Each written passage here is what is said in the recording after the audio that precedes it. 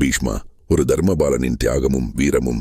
பீஷ்மா மகாபாரதத்தில் மிகுந்த மரியாதைக்குரிய மற்றும் தனித்துவமான கதாபாத்திரம். அவன் தனது வாழ்க்கையில் எப்போதும் தர்மத்தை பின்பற்றியவன். இத்தனை ஆண்டுகளுக்கு முன்பு மரியாதையாக வாழ்ந்த ஒரு புராண வீரர். பிறருக்காக தியாகம் செய்யும் அவன் மனம், அதிலேயே அவரது வீரமும் அறமும் வெளிப்பட்டது. பீஷ்மா தனது வாழ்க்கையின் முதல் நாளிலிருந்தே ஒரு அரிய பொறுப்பை ஏற்றான். தன் குடும்பத்தின் கௌரவத்தை காப்பாற்ற தனது தந்தைக்கு வாக்களித்தார். மேலும் தன்னுடைய தனிப்பட்ட இச்சையை இரும்பு வாக்குறுதியில் இருந்து அகற்றினார். அவன் குடும்பத்தின் ஆற்றல் மற்றும் நலனுக்காக தனது தனிப்பட்ட ஆசைகளையும் கௌரவத்தையும் கைவிட்டு ஏராளமான தியாகங்களைச் செய்தான். பீஷ்மாவின் தியாகம் வெறும் போர் மற்றும் சண்டைகளில் மட்டும் வரவில்லை. அவன் தனது வாழ்நாளில் அவன் தந்தையின் நம்பிக்கைகள் மற்றும் கடமைகளை பின்பற்றி சாதிய நிலைகளுக்கு உயர்ந்த புகழை அடைந்தவன்.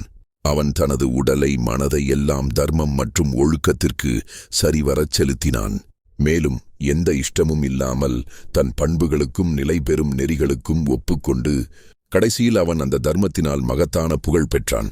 கர்ணன் ஒரு வீரராக அதிகமாக புகழ் பெற்றாலும் பீஷ்மா தனது வாழ்வின் ஒவ்வொரு கட்டத்திலும் தர்மத்தின் கீழ் தியாகங்களையும் வீரத்தையும் நிரூபித்தான்.